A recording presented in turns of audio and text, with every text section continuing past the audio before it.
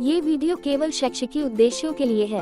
नेपाल सरकार, शिक्षा, विज्ञान एवं प्रौद्योगिकी मंत्रालय, पाठ्यक्रम विकास केंद्र, सानोथिमी, भक्तपुर। ईमानदारी की परीक्षा। इस कहानी के लेखक हैं रमेश विकल।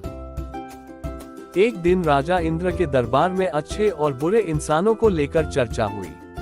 अच्छे और ईमानदार लोग कैसे होते हैं, इस पर अलग अलग राय थी। कुछ ने कहा कि विद्वान व्यक्ति ही अच्छे और ईमानदार होते हैं, तो कुछ ने कहा कि नहीं, बल्कि सीधे सादे और भोले लोग ही ईमानदार होते हैं। कुछ ने ये भी कहा कि अमीर व्यक्ति ही ईमानदार हो सकते हैं, तो कुछ ने तर्क दिया कि केवल धनवान होने से कोई ईमानदार नहीं बनता, बल्कि जो दान पुण्य और अच्छे कार्य करता है वही सच्चा इंसान होता है। कुछ लोगों ने कहा कि जो बेईमानी करने से डरता है और किसी का अहित नहीं करता, वही गरीब व्यक्ति सबसे ईमानदार होता है। वहीं कुछ का मानना था कि ऊंची जाति का व्यक्ति ही अच्छा और ईमानदार होता है, जबकि कुछ ने इसका खंडन करते हुए कहा कि छोटी जाति के लोग भी ईमानदार हो सकते हैं। कोई भी किसी निष्कर्ष पर नहीं पहुंच सका, इसलिए इंद्र ने ईमानदारी की परीक्षा लेने का निर्णय लिया। इस परीक्षा के लिए उन्होंने विश्वकर्मा को जंगल के बीच एक गुफा बनाने का आदेश दिया। जब गुफा तैयार हो गई, तो उसके दरवाजे पर 7 तरह के खतरनाक मांसाहारी और जहरीले जीवों को तैनात कर दिया गया: बाघ, शेर, सांप, बिच्छू, अजगर, मगरमच्छ और भेड़िया। इसके बाद इंद्र ने स्वर्ग से एक आकाशवाणी की। अमुक जंगल की इस गुफा में 7 सोने के दरवाजों के पीछे 7 थैले भरकर स्वर्ण मुद्राएं रखी गई हैं। ये धन ईश्वर द्वारा भेजा गया है। जिसे सच में धन की आवश्यकता हो और जो इसे अच्छे कार्यों में खर्च कर सके, वही इसे लेने जाए।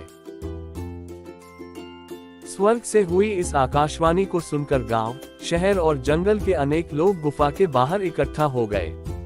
लेकिन गुफा के अंदर क्या है, यह जानने की हिम्मत किसी ने नहीं की। आखिरकार एक विद्वान ब्राह्मण आगे बढ़ा। जैसे ही वह गुफा के दरवाजे के पास पहुंचा, भीतर से एक आवाज आई, रुको, तुम कौन हो? ब्राह्मण ने उत्तर दिया, मैं इस नगर का विद्वान ब्राह्मण हूँ। भीतर से फिर आवाज आई, अगर तुम्हें धन मिल जाए तो क्या करोगे? ब्राह्मण बोला, मैं इसे दान पुण्य और ईश्वर की भक्ति के बड़े कार्यों में खर्च करूंगा। भीतर से फिर सवाल आया, क्या तुम दुष्टों से लड़ सकते हो? ब्राह्मण ने उत्तर दिया, झगड़ा करना ब्राह्मण का धर्म नहीं है। भीतर से फिर आवाज आई, इस गुफा के 7 दरवाजों पर 7 भयानक जंगली जानवर हैं। तुम उनसे कैसे बचोगे? ये सुनते ही ब्राह्मण घबरा गया और तुरंत पीछे हट गया। उसने कहा, धन की मुझे जरूरत नहीं है। इसके बाद अन्य कई लोग भी गुफा के अंदर जाने की हिम्मत जुटाने लगे, अमीर भी, गरीब भी, हिंदू भी, मुसलमान भी।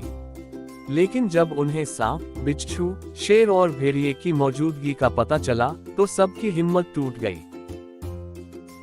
तभी एक व्यक्ति आगे बढ़ा। वह गुफा के द्वार पर खड़ा हुआ।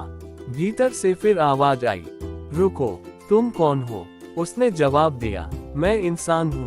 भीतर से फिर पूछा गया, हिंदू हो या मुसलमान? उस व्यक्ति ने कहा, यह मुझे नहीं पता। हिंदू के घर जन्मा, मुसलमान के घर पला, ईसाई परिवार में बड़ा हुआ। मुझे मेरी जाति नहीं पता। मैं बस इतना जानता हूँ कि मैं एक इंसान हूँ और मुझे जीवित रहने के लिए धन की आवश्यकता है। भीतर से आवाज आई, क्या तुम खुद को अच्छा और ईमानदार मानते हो? उस व्यक्ति ने उत्तर दिया, यह मुझे नहीं पता। जब भूख से तड़पता हूँ तो किसी के पास भोजन देखकर उससे छीन भी लेता हूँ, लेकिन जब मेरे पास होता है तो दूसरों को दे भी देता हूँ। मैंने कभी यह विचार नहीं किया कि मैं अच्छा हूँ या बुरा। भीतर से फिर सवाल आया, अगर तुम्हें धन मिल जाए तो क्या करोगे? उसने कहा, धन की जरूरत के अनुसार उपयोग किया जाता है। जो भी समय और परिस्थिति के अनुसार आवश्यक होगा, वही करूँगा। भीतर से आवाज आई, गुफा के दरवाजे पर सांप और बिच्छू हैं। केवल धर्मात्मा और ईमानदार लोग ही उन्हें हरा सकते हैं। क्या तुम उन्हें हराकर अंदर जा सकते हो?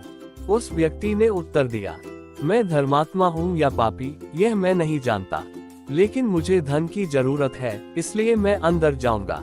रास्ते में जो भी आएगा उससे संघर्ष करूंगा। यही मैंने जीवन से सीखा है। इतना कहकर वह व्यक्ति निर्भीक होकर गुफा में प्रवेश कर गया। जैसे ही उसकी छाया गिरी, गुफा के दरवाजे पर मौजूद सभी जंगली जानवर और जहरीले जीव गायब हो गए। वह व्यक्ति अंदर पहुंचा और वहां रखी स्वर्ण मुद्राएं लेकर बाहर निकला। इसके बाद उसने उस धन से गरीबों की सेवा की, कई जगह स्कूल, अस्पताल और कारखाने बनवाए और अनेक लोगों को रोजगार दिलाया। राजा इंद्र के दरबार में वही व्यक्ति सच्चा और ईमानदार घोषित किया गया।